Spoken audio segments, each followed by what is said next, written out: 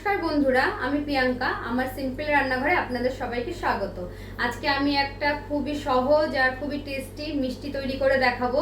এখন আমের টাইম, আম খুব সহজেই পাওয়া যাবে, আর এখন আম খুব মিষ্টি মিষ্টি আমই এই রেসিপিটার জন্য আমার লাগবে। আমি আজকে তোমাদের আম দিয়ে কালাকাঁদ তৈরি করে দেখাবো। তো চলো কিভাবে তৈরি করি আর কি কি নিয়েছি তোমাদের একটু দেখিয়ে দিই। আমি তাহলে কি কি নিয়েছি তোমাদের বলে দিই। আমি প্রথমে এখানে 100 গ্রাম ছানা নিয়েছি, এখানে কিছুটা কিশমিশ নিয়েছি, এখানে আমি কাজু বাদাম পেস্ট করে নিয়েছি, গুঁড়ো করে নিয়েছি, এখানে চিনি নিয়েছি স্বাদ মতন, আর এখানে আমি নিয়েছি খোয়া ক্ষীর। এটা হচ্ছে গিয়ে তোমরা চাইলে দিতেও পারো, নাও পারো, আমার কাছে ছিল তাই দিচ্ছি। আর মেন জিনিস লাগবে, এখানে দুধ লাগবে, আমি 500 দুধের করবো। আর নিয়েছি দুটো পাকা পাকা মিষ্টি আম, এই মিষ্টি আমই আমাদের লাগবে আজকে। তাহলে চলো করে ফেলি। আমটাকে কেটে আমি তাহলে মিক্সিতে পেস্ট করে নিয়ে আসি। আমি প্রথমে একটু জল ঢেলে নিলাম যাতে হচ্ছে গিয়ে দুধটা লেগে না যায়, অল্প একটু জল দিয়ে দিলাম। এবার আমি যে 500 দুধ নিয়েছিলাম সবটা দুধ এর মধ্যে দিয়ে আমি একটু ফুটিয়ে নেবো একবার।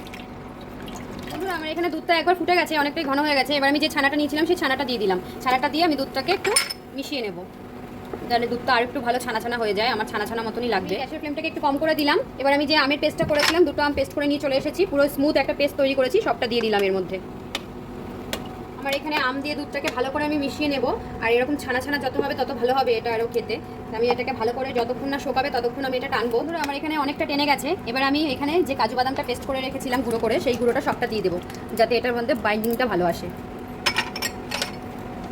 আমি পরিমাণ মতন চিনি নিয়েছি, সেটা দিয়ে দিলাম। আপনারা আপনাদের পছন্দ মতন মিষ্টিটা দেবেন, যতটা মিষ্টি খেতে পছন্দ করবেন।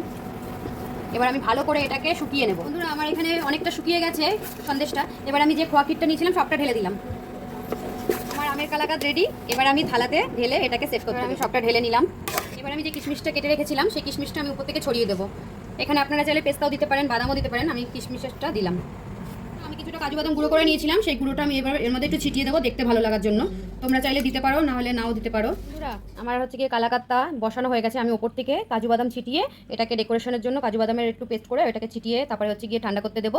পরে আমি তোমাদের পিস করে কেটে দেখাবো কিরকম হয়েছে।